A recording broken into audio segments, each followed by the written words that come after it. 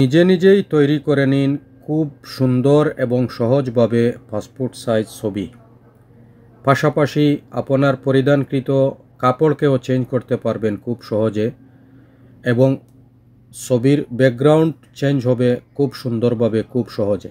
আপনার কিছুই করতে হবে না, সব কিছু হবে অটোমেটিক। তার জন্য আপনি চলে আসুন গুগল ক্রোম ব্রাউজারে, এসে এখানে লিখুন কাটআউট প্রো, লিখে এন্টার দিন। তারপর দেখুন এখানে এই একটি সাইট এসেছে, আবার এখানে নিচে পাসপোর্ট ফটো মেকার রয়েছে।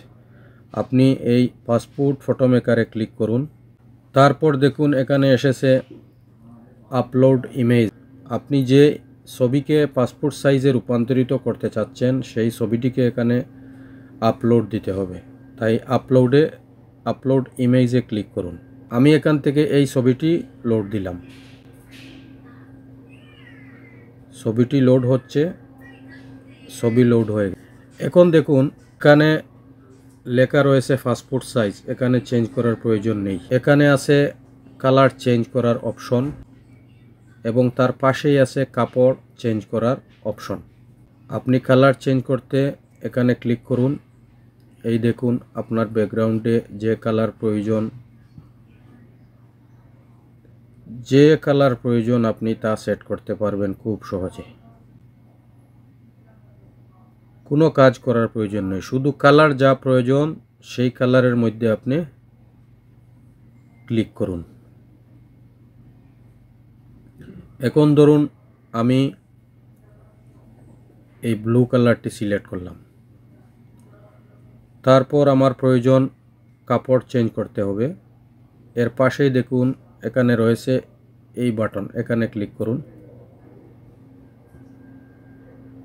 কোন কাপড়টি আপনার পছন্দ হয় আপনি একে একে দেখে নিন। আমি এই কাপড়টি দিলাম, দেখি কি হয়। কত সুন্দরভাবে কাপড়টি চেঞ্জ হয়ে গেছে। সাদা কোট ক্রিম কালার কোটটি দিলে কেমন দেখায়, মাশাআল্লাহ কত সুন্দরভাবে চেঞ্জ হয়।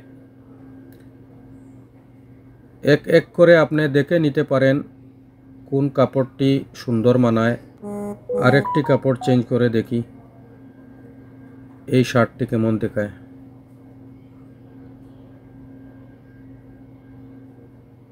খুবই সুন্দর হয়েছে।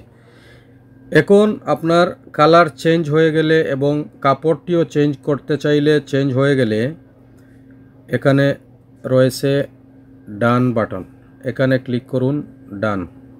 এরপর দেখুন এখানে নিচে রয়েছে ডাউনলোড এইচডি এবং তার পাশেই একটি বাটন রয়েছে, এখানে ক্লিক করে দেখুন কি রয়েছে।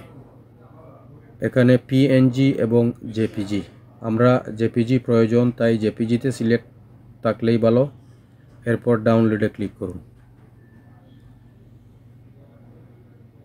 এখন আপনার ছবিটি আপনার গ্যালারিতে ইনশাআল্লাহ চলে এসেছে।